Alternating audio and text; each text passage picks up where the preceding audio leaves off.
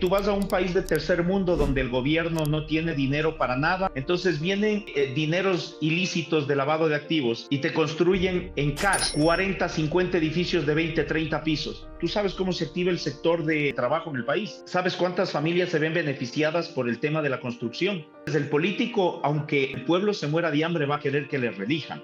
Entonces el político dice: yo voy a combatir el lavado de activos.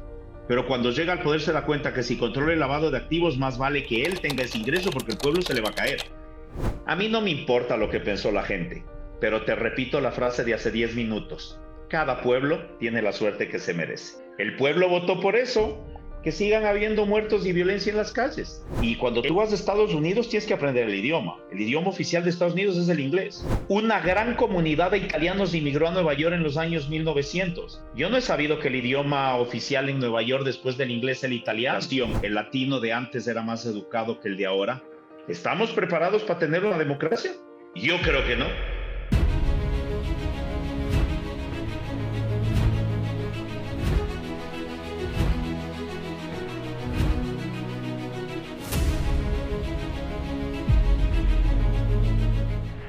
El dinero que escondes no lo estás protegiendo, lo estás dejando completamente expuesto.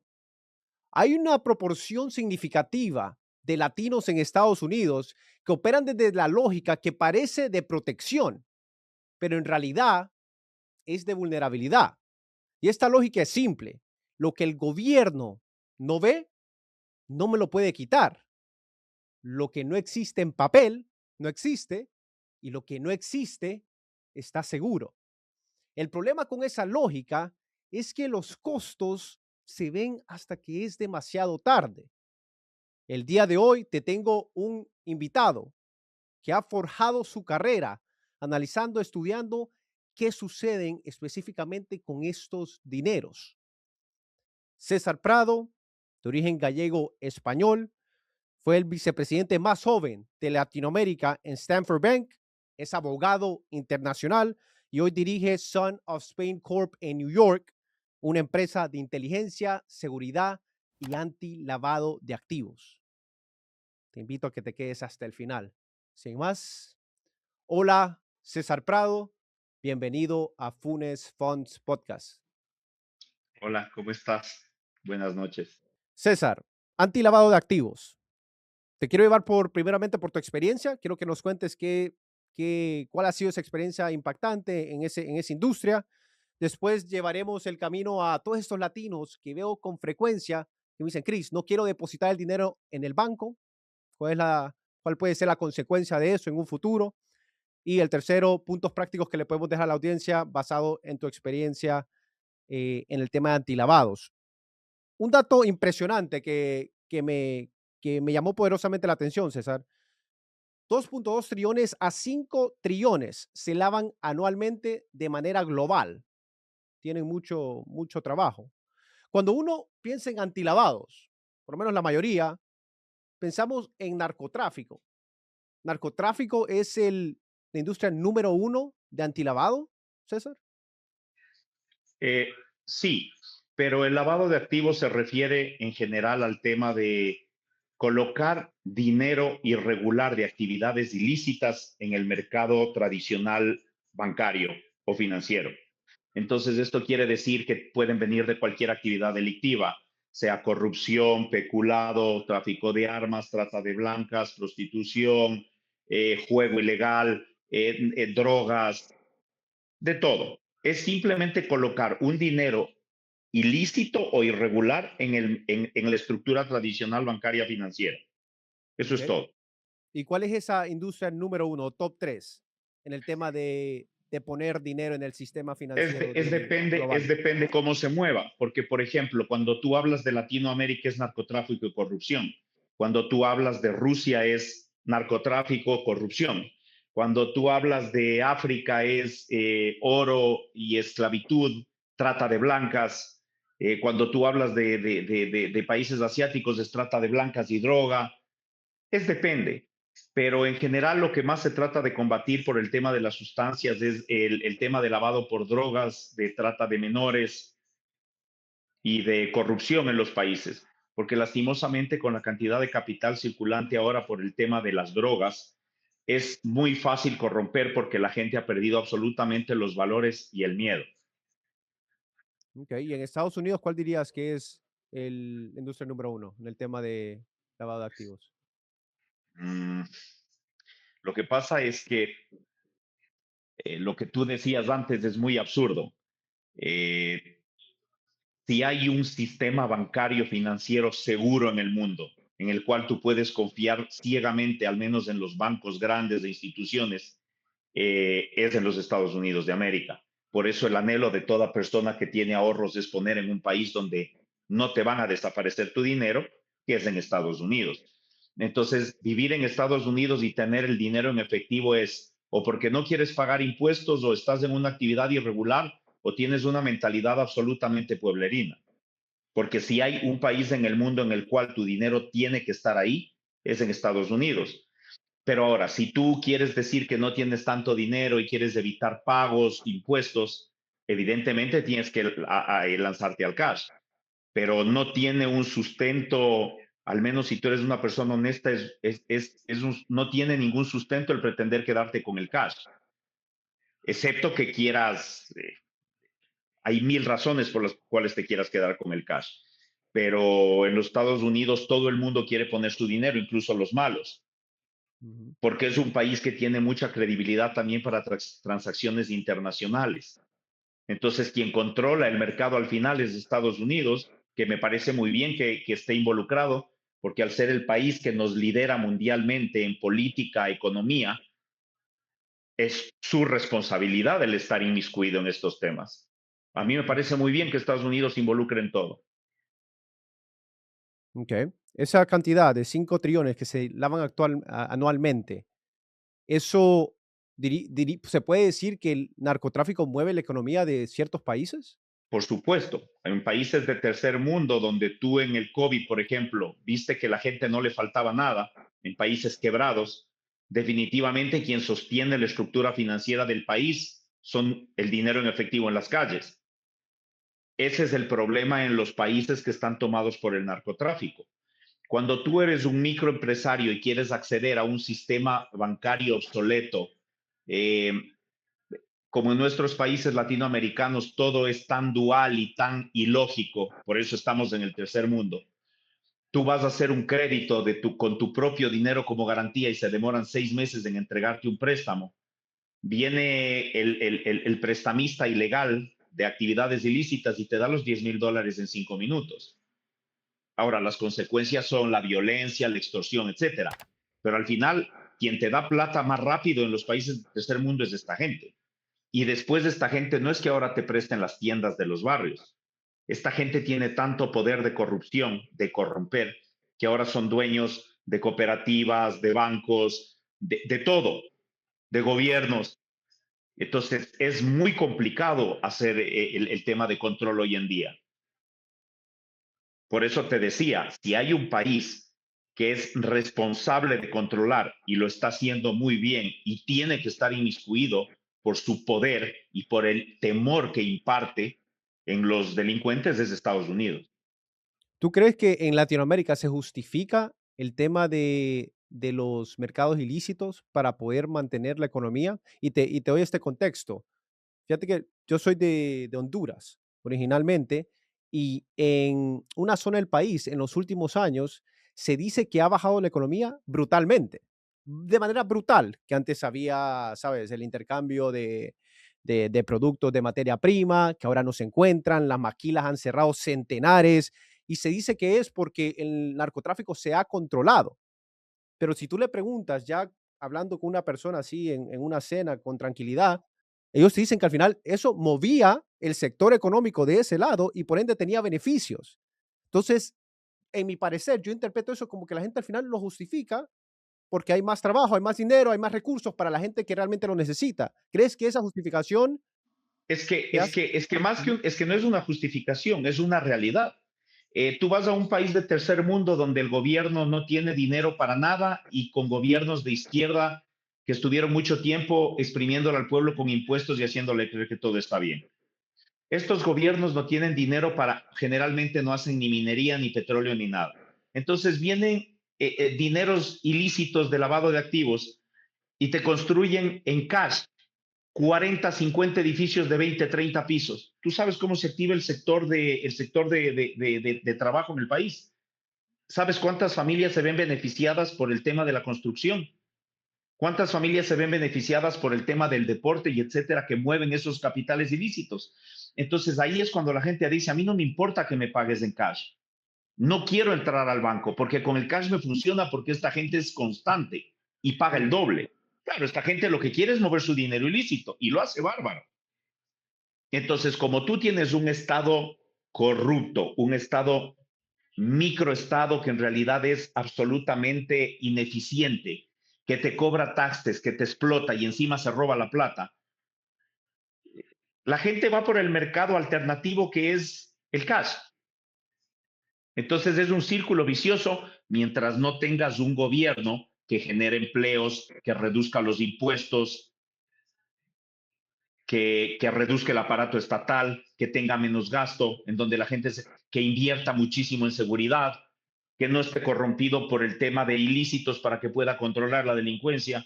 Es un tema muy, muy de largo plazo. Que los gobiernos al final no toman esa decisión porque saben que si cogen este dinero, es que si lo confiscan, es un problema para ellos, ¿correcto? Los políticos siempre van a ser políticos. Entonces, el político, aunque el pueblo se muera de hambre, va a querer que le relijan. Entonces, el político dice, yo voy a combatir el lavado de activos. Pero cuando llega al poder se da cuenta que si controla el lavado de activos, más vale que él tenga ese ingreso porque el pueblo se le va a caer. Es política. Ahora, si hay un tipo que ha hecho las cosas, pero de una manera que es mágica casi, es Bukele. Ese es el ejemplo a seguir. Es un tipo absolutamente brillante, no en la concepción, porque la concepción de la mayoría que sufre por delincuencia lo que quiere es que la minoría delincuente desaparezca. Lo que pasa es que él tiene un método increíble, una forma de pensar increíble para ejecutar este pensamiento y para reactivar la economía de su país y lo ha hecho de una manera increíble, tiene una aceptación de más del 90%. Es una persona de otro nivel intelectual y de una capacidad de ejecución de su proyecto, que es el proyecto de la mayoría. Todos queremos lo que hace Bukele, pero el tipo lo ejecuta de una manera increíble. Es un fenómeno, es un tipo fuera de serie que yo creo que luego de su gobierno debería dictar cátedra y dedicarse a enseñar al mundo cómo se hace. Okey. Pero hay mucha gente brillante en Latinoamérica, diría César. O sea, él es brillante, pero requiere algo más, ¿no? Tal vez personalidad, carácter, tal vez valores inquebrantables. ¿Cuál es la diferencia entre él y otros líderes de Latinoamérica, por ejemplo?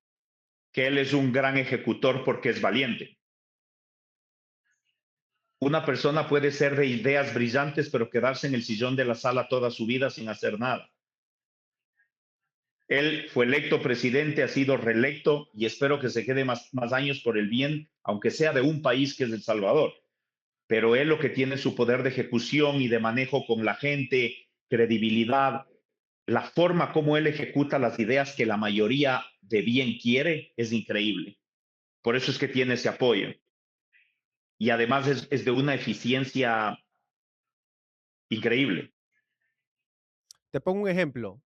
La presidenta de México, Sheinbaum, después de la muerte de o el asesinato del narcotraficante líder del cartel de Guadalajara, ella justificó que los narcotraficantes tenían derechos humanos y por ende no se podía ir contra ellos porque tienen derechos humanos, que me parece una locura.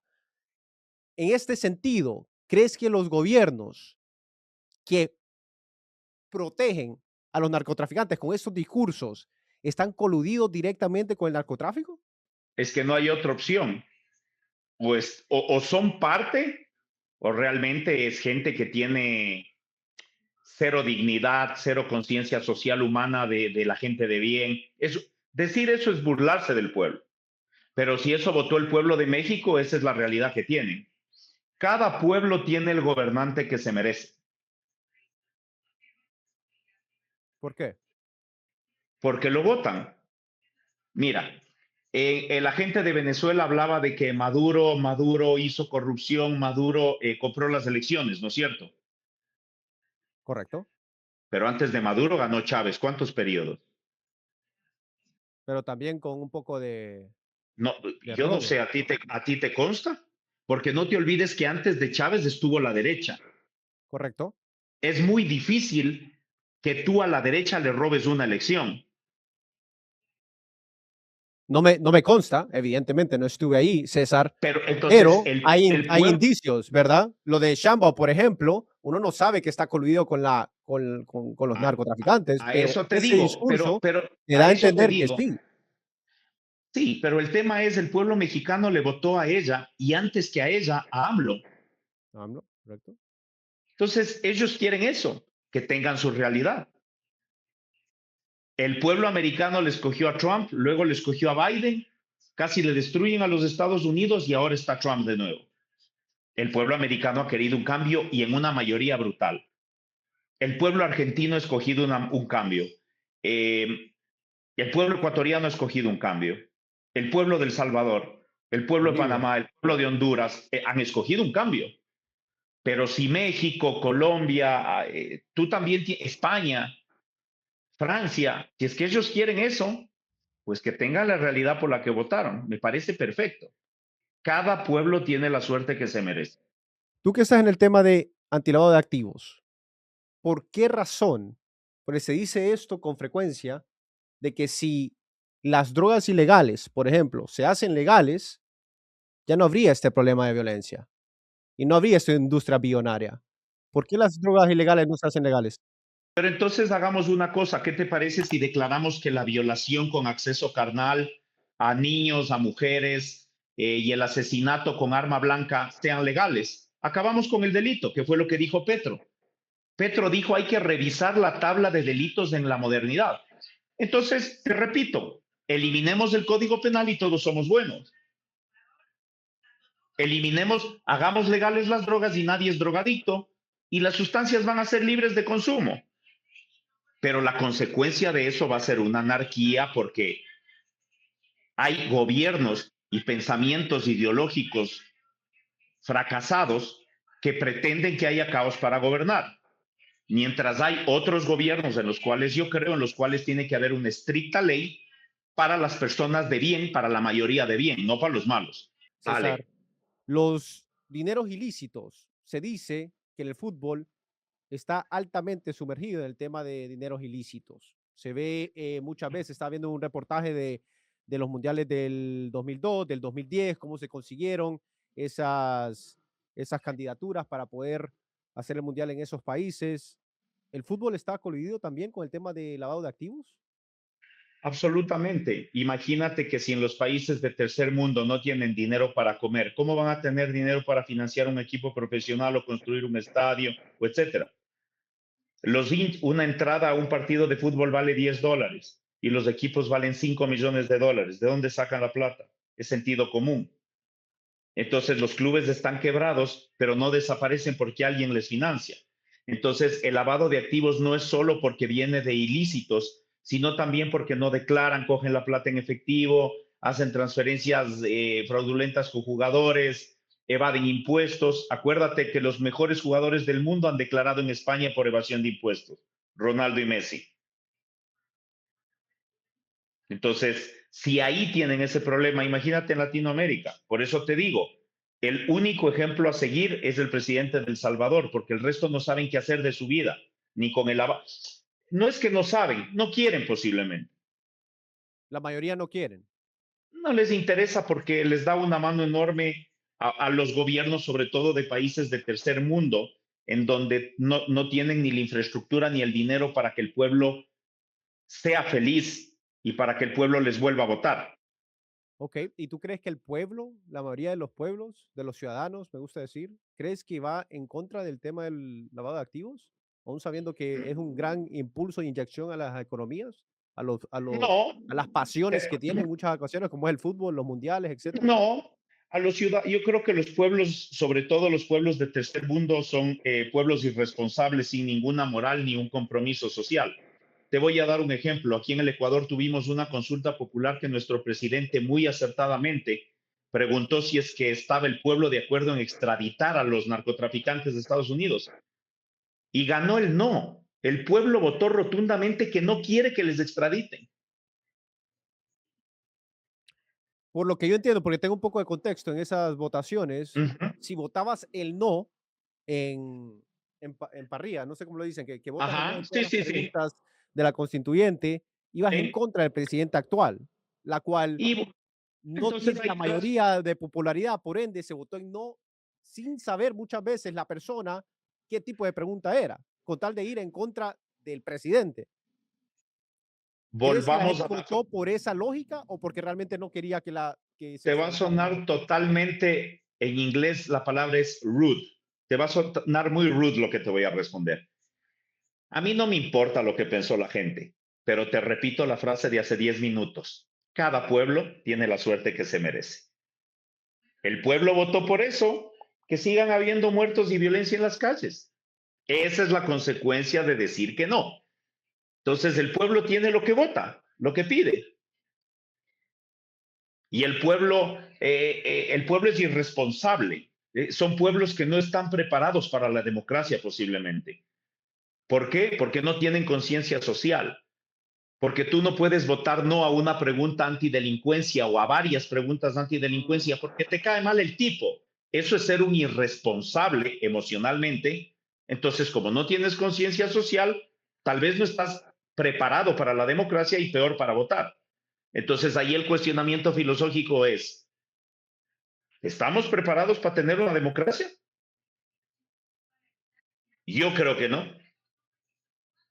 ¿Qué se necesita Yo, para poder cambiar esa mentalidad de la mayoría de los pueblos? mano dura y miedo, para que los pueblos se vuelvan a acostumbrar a tener valores, moral y operar como Dios manda. Porque si tú me dices falta educación, eso toma mucho tiempo y hasta eso se nos van a corromper todos los niños y van a pensar que la corrupción y la delincuencia es normal. Y cuando tú normalizas eso, estás en serios problemas como país, como sociedad. Entonces, vuelvo a la pregunta. No quiero portarme filosófico en tu entrevista porque es muy práctico, pero yo creo que los pueblos hablemos de Latinoamérica, no están preparados para la democracia. ¿Cómo lo consiguió Bukele en El Salvador, por ejemplo? Y Bukele se puede reelegir 100 veces más y puede cambiar la constitución porque ahora el pueblo sabe, con mano dura. ¿No te has dado cuenta que la única gente que protesta por El Salvador son las sanguijuelas de las Naciones Unidas de los derechos humanos? El pueblo salvadoreño de bien, con más del 90% le apoya a Bukele, porque es un tipo en donde con democracia, pero opera con mano dura. Entonces, es un hecho que así se cambian las cosas, pero filosóficamente, te repito, tenemos que partir de que mi pensamiento es que los pueblos latinoamericanos no están listos para la democracia. Son Ok, te hago pueblos una que no pregunta, tienen... Sí, perdón. te hago una pregunta puntual, disculpa que te corte ahí, No, pero no, no. escucho mucho esto de que ya quisiéramos tener un Bukele en muchas partes de Latinoamérica. Lo he escuchado en España, lo he escuchado en Ecuador, lo he escuchado en Honduras, en otras partes. Entonces, si tú me dices que depende de los pueblos, ¿qué tienen que hacer los pueblos para poder tener a un Bukele? Si eso es lo que desean, por lo menos de su boca para afuera. Asumo que llegar a un punto desesperado en donde les maten la familia, se les roben todo, no tengan que comer. No sé, porque el pueblo latinoamericano como tal tiene todo, es un pueblo bendecido, tiene comida, fuentes de agua, petróleo, mineral, pero es un pueblo que no reacciona. Entonces, si tú me dices yo creo en la política y soy un convencido y un comprometido, para nada, yo boté la toalla hace rato, ni me interesa siquiera. No me interesa porque veo que es un caso perdido, porque veo que estamos en el año 2026 y siguen queriendo que el Estado les regale todo, trabajar menos, hacer sindicatos. Es muy complicado. Entonces tú con todo esto ahuyentas la inversión extranjera. Pero peor que el pueblo son los gobernantes que les ofrecen eso para ganar. Esos son los peores. Solamente el 1% es confiscado por las autoridades de antilavados. ¿Esto suena como algo que es correcto? Sí, por supuesto. Tú sabes lo que se lava en criptomoneda, en oro ilegal, en petróleo, en corrupción, en droga. La única forma que tú controles es que tengas un tipo convencido de controlar. Yo personalmente soy un gran admirador del presidente Trump, del presidente Bukele, del presidente Milei, porque van con mi línea, van con la línea de la propiedad privada, de que cada uno tiene que hacer las cosas por uno mismo, no puede estar pretendiendo que el Estado te subsidie todo, pero no sé qué quiere. Si el pueblo quiere seguir teniendo eso, te repito, no hay luz al final del túnel. ¿Cuál es, y te voy a dar un poco de contexto en esta pregunta, si digo que el 1% solamente es confiscado de estos 2.2, 5.5 trillones de dólares que se lavan globalmente, tu trabajo como antilavado es que no haya lavado de activos, imagino. Es Si investigar, solamente se es confisca el 1%, y digo esta pregunta con mucho respeto, César, ¿dirías que estás haciendo correctamente tu trabajo? ¿O la estructura está ahí para poder hacer correctamente el trabajo de confiscación? y yo personalmente sé que hago mi trabajo excepcionalmente.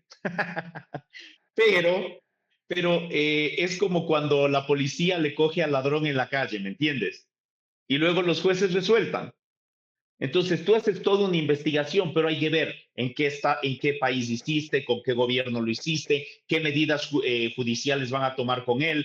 Eh, Ve, imagínate, no solo tienes que aprender al delincuente, sino confiscarle todo y quitarle de por vida. Pero hay muchos delincuentes que salen de la cárcel y les devuelven los activos.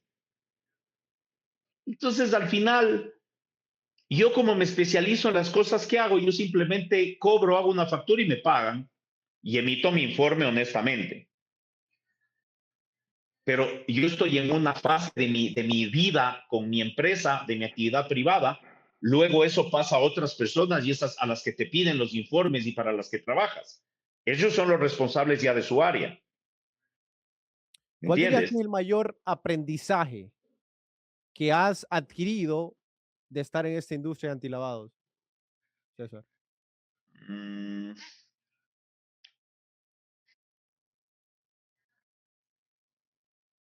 He aprendido que la peor podredumbre de la humanidad es la política y que la gran mayoría de pueblos en el mundo no están listos para la democracia porque no tienen una conciencia social de grupo para ser una mayoría de personas de bien. No tiene nada que ver con mayorías o minorías, sino ser una mayoría de personas de bien, que no atenten contra tus derechos, ser solidarios, pagar los impuestos, trabajar, defender los valores y morales de cada tierra, no dejarse corromper por invasiones, por invasiones migratorias masivas. No estamos preparados. Entonces, y la gran lacra de esto es la política en el mundo, porque los políticos son manipuladores y el pueblo quiere querer lo más fácil. El pueblo en masa es muy peligroso. Me llama El pueblo poderosamente en la masa atención es facilista, es complicado. me llama la atención que te hago la pregunta de cuál ha sido tu mayor aprendizaje y lo traes siempre a la parte, política. Está impregnado eso en la política, entonces. Absolutamente. Y si la política no quiere hacer nada porque son parte o porque prefieren tenerlo así para que le sigan votando porque son incapaces de componer la economía o la sociedad, esto no hay vuelta, no hay luz al futuro, ¿me entiendes? Entonces, yo confío en los gobiernos que tienen mano dura porque sé que por lo menos tienen una buena intención. Confío en el gobierno del Ecuador, confío en el gobierno de Honduras, ahora en el nuevo. Yo confío en esos gobiernos que creen en la propiedad privada, en el pago de impuestos, en la mano fuerte y en controlar la sociedad. Pero controlar la Se sociedad, puede confiar en algún gobierno, César? eh, no sé si sea buena idea en la entrevista, porque capaz te quitan muchos viewers, pero yo confío en específicamente 5 gobiernos en América. Eso sí se pueden confiar en Y yo, gobiernos, en yo, los confiaría, políticos, yo que confiaría acabas absolutamente. que acabas de decir que son muchas veces, Sí, que pero, son pero yo creo, pero creo que la región está yendo a un punto de un mejor futuro. Por lo menos de un poco más de prosperidad económica. No sé, le tengo más fe. Porque a mí cuando viene un gobierno a ofrecerme salud gratis, todo gratis, subsidio, sándwiches, escuela gratis y todo gratis. Eh, Me suena un verso en donde todos somos iguales y la globalización y eso a mí me da pánico porque es una mentira y una basura mundial global recurrente en los políticos. Vamos a los latinos en Estados Unidos y quiero tomar tu experiencia. ¿Por qué crees que guardan mucho dinero en efectivo? O porque esconden algo y quieren no pagar impuestos, porque el latino, con los traumas que ha tenido de las caídas económicas de sus gobiernos, es que después los gobiernos quiebran y los bancos se apropian de sus ahorros o los perdieron y la gente se queda sin nada, ¿no es cierto? Pero cuando tú utilizas instituciones serias americanas, nadie te va a quitar tu dinero. Nadie. Es el sistema económico más fuerte, más serio del mundo. Entonces, no hay una razón para tener el dinero en efectivo. O escondes algo o tienes una mentalidad absolutamente pueblerina. No hay otra opción. El Porque si narcotráfico ha sido hay, importante para eso, ¿no? Para ese miedo de que esas experiencias pasadas en los cambios de gobierno muchas veces que se han no creo generado que el las. narcotráfico, porque en los Estados Unidos no tienes tanto ese problema como es más en temas de macro lavado como en banca y etcétera, que hay un gran control en los Estados Unidos. Pero en el tema del pueblo latino que guarda en cash, es porque o no quiere pagar impuestos o le sale más barato en cash. Bien, no te olvides que la migración latina viene con cosas buenas y viene con las taras latinas, que es lo que nos pone en tercer mundo, ¿no? Cuando tú tienes una migración latina a los Estados Unidos, la migración llega con lo bueno y con lo malo. Y llega con las costumbres buenas y las costumbres malas. Entonces tú al latino que migra no le puedes, tú le puedes sacar al latino de su país, pero no al país del latino. Entonces vienen con cosas que hacían en su tierra, pero que no tiene sentido en Estados Unidos, o que a veces es ilegal hacerlas en otro país. Ujú, Y eso es porque tienes gente que migra muchas veces sin cultura, sin educación. Ese es otro punto muy delicado, el tema de la migración, pero yo no me quiero meter ahí, no es mi área. ujú, ujú. No, no, y si te digo por experiencia, ¿no? Hablando con nuestros clientes también, pienso que algunas personas tienen que hacerlo, César, el tema de tal vez dejar dinero en efectivo y nunca depositarlo en el banco. Muchas veces, fíjate, por la falta de lenguaje, César, de accesibilidad a la lengua, lo he visto en muchas ocasiones, ¿vale? Que tal vez uno puede justificar, uno dice, mira, bueno, eso es un punto importante de que tal vez siente miedo, está solo, muchas veces sin documentos también, pero estoy de acuerdo contigo que al final tienes que depositar dinero para poder crear una estructura, ¿no? Y voy en el punto de vista de pensar más a largo plazo. Por ejemplo, el tema de la riqueza dentro de familias latinas. Por ejemplo, que el 90% de, de las herencias se pierde en la tercera generación, César. Que yo me pongo a pensar, ¿no? Si hay una riqueza que se pasa a la segunda generación, digamos un negocio, el negocio, la primera generación lo crea, el segundo tiene problemas legales porque no está estructurado de la mejor manera y el tercero ya ni le importa, ya no hay, ni siquiera hay dinero. Es, Entonces, es exactamente lo que sucede con cuando tienes guerras. Los Estados Unidos es el país que es gracias a las guerras que ganó y a la libertad que obtuvo. La segunda generación la dio por hecho y admiró a sus padres y los nietos ya no les importa nada y creen en y ya ni siquiera se acuerdan y dan por hecho que la libertad es un derecho.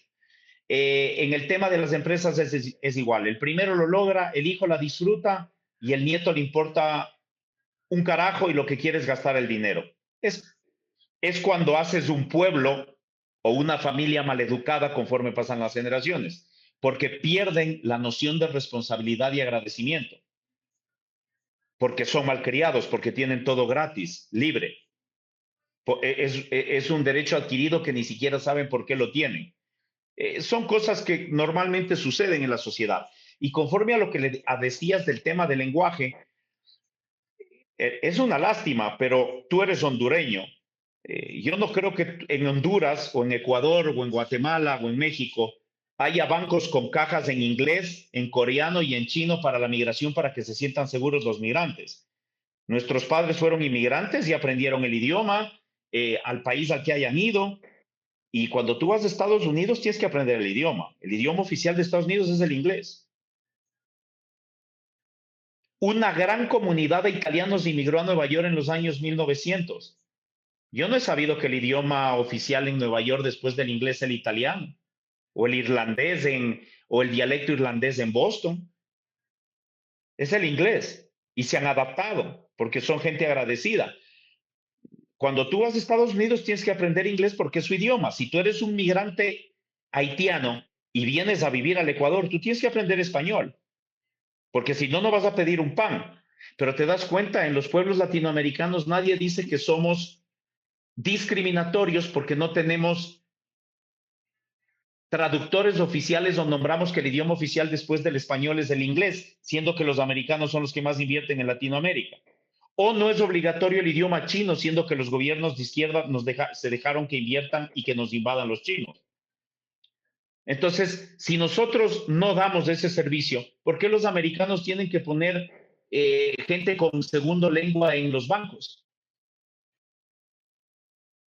Yo creo, admirando a mi familia que fue inmigrante, que tú cuando inmigras es porque buscas una oportunidad que en tu país te la han quitado. Lo menos que puedes hacer siendo agradecido es aprender el idioma, pagar impuestos, adaptarte a la cultura y callarte la boca porque no es tu tierra. Es una bendición que te ha permitido tener un futuro mejor escapando de donde vienes. Leía, fíjate, este libro de un autor así filosófico con la vida, qué significa el éxito, ¿no? Success. Y él dice que el éxito, una persona es exitosa cuando está progresivamente en la realización de un ideal que valga la pena. En inglés se dice the progressive realization of a worthy ideal.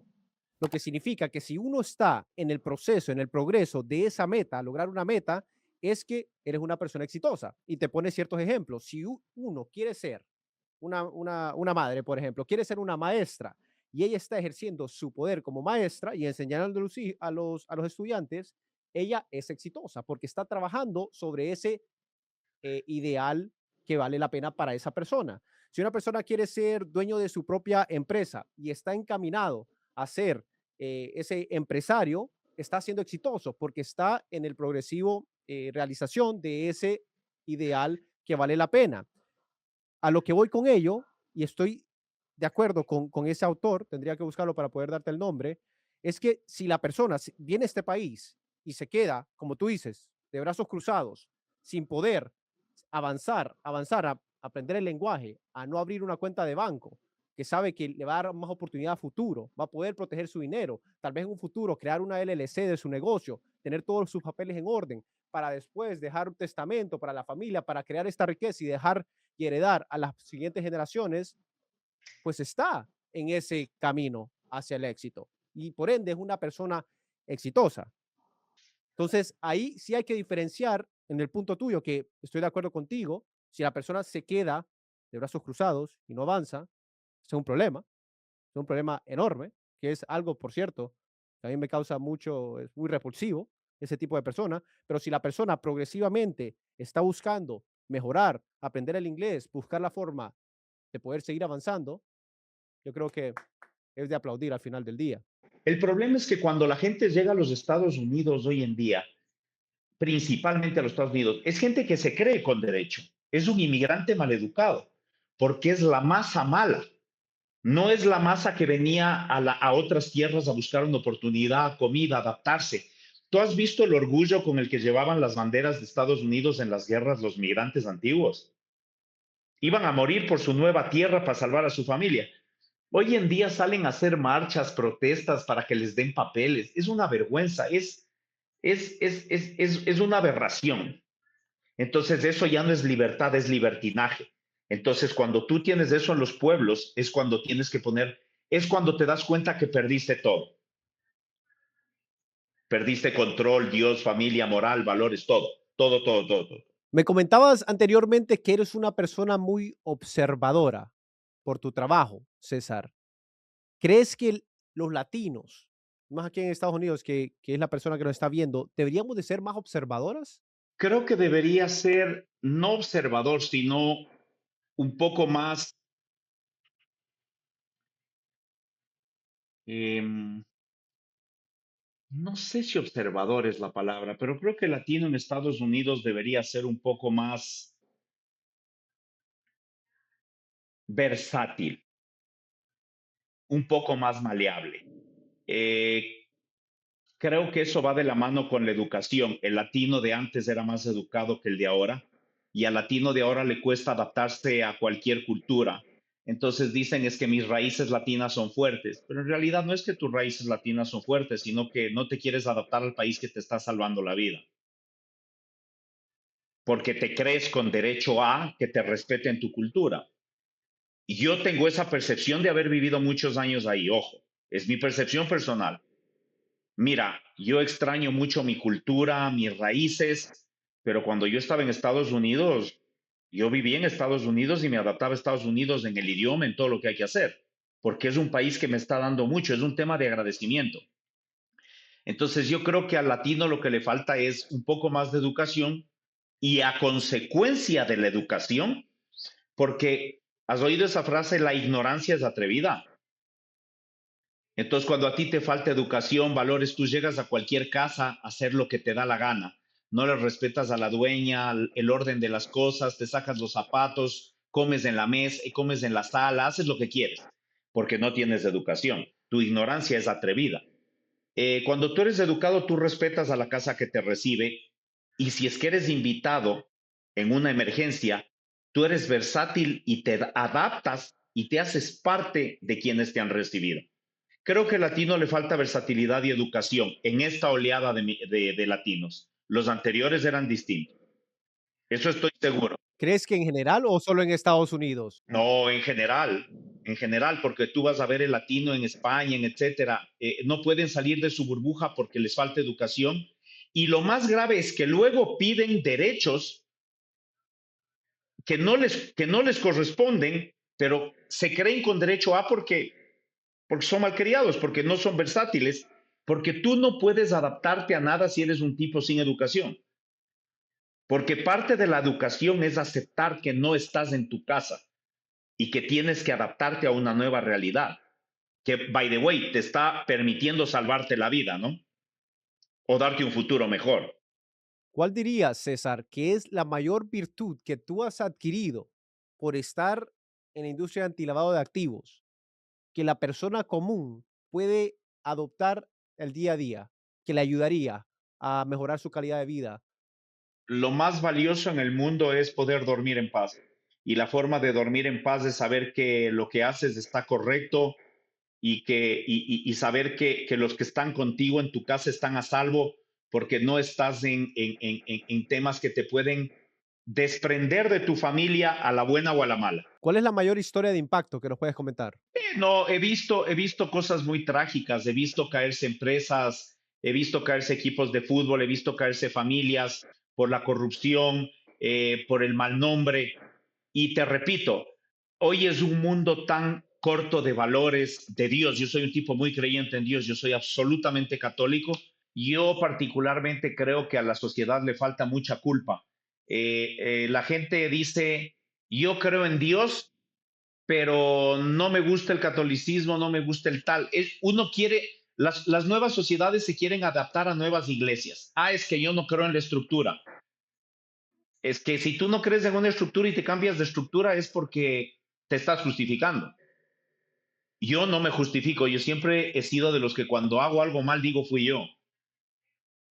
Entonces, tú en la vida tienes que tener valores, moral, responsabilidad, y eso viene con la familia y con la educación y con Dios.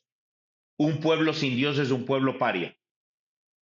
Por eso es que probablemente los gobiernos muchas veces quitan a Dios de las escuelas, de los niños, porque hay una desunión, ¿no?, del núcleo familiar, por ende puede haber más confusión. No hay nada más lindo que tener un pueblo ignorante y confundido para gobernar y tenerles como perros viviendo en la miseria y creyendo que están felices porque son libres. Ahora, si tú a un pueblo Para le das, terminar, sí, si a un pueblo le das, termina. educación, valores, moral, decencia, es un pueblo al que no le puedes manipular. Entonces, tú puedes manipular un pueblo lleno de basura en la cabeza, nunca un pueblo lleno de ideas y de Dios. Un pueblo con ideas y con Dios es un pueblo no ingobernable, es un pueblo al que no le es no manipulable. Un pueblo con la cabeza vacía es un pueblo paria, es un pueblo que termina sin recursos, muerto de hambre. Es un pueblo al que le puedes manejar como tú quieras. A ese 1% que te comenté al principio, para redondear y terminar, la entrevista, Sí. ¿cómo cómo los cogen? O sea, ¿de qué manera? ¿Es por suerte o se usa una particular estructura que No, mencionaste de estructura? tienes el tema de lavado de activos está supported, supported, está respaldado por una red de inteligencia, de análisis financiero. Hay muchas cosas atrás que sirven para agarrar este 1%. Pero el 99% que tú no agarras es porque los gobiernos y otra gente no quiere que les agarres. No les interesa. ¿No ves que hay demasiado dinero circulando? Esos dineros ilícitos están en el 90% en muchos países está en todas las mesas. Entonces, no es conveniente. Entonces, es muy complicado que encuentres un justiciero. Pero cuando encuentras un perfil de justiciero o de un tipo que está convencido en la lucha, tienes que abrazarte. Te agradezco, César, por tu tiempo el día de hoy. Ha sido una entrevista espectacular. Me quedo con que el lavado de activos es una realidad global en todos los sistemas financieros del mundo, de que los políticos, en mi opinión, tal vez no lo tuya, pero no se puede confiar en los políticos tradicionales y, y que la estructura es importante para mantener la riqueza al final y que al final los bancos estadounidenses son los más seguros de este mundo. ¿Alguna palabra final que quieras decir, por cierto? No, ya que esto va dirigido a los latinos en los Estados Unidos, que recapaciten como pueblo latino y que sepan que si salieron es porque algo hicimos mal como pueblo latinoamericano y que es momento de cambiar y de tomar control con mano dura y que se den cuenta lo que hicimos mal porque creo que estamos, creo que ya no tenemos tiempo para cambiar. Creo que no hay salida. Sin embargo, yo soy un católico convencido y los milagros ocurren. Si no, mira El Salvador. Con Dios todo es posible. Eso es todo por hoy. Nos vemos en el próximo video. Chao, chao.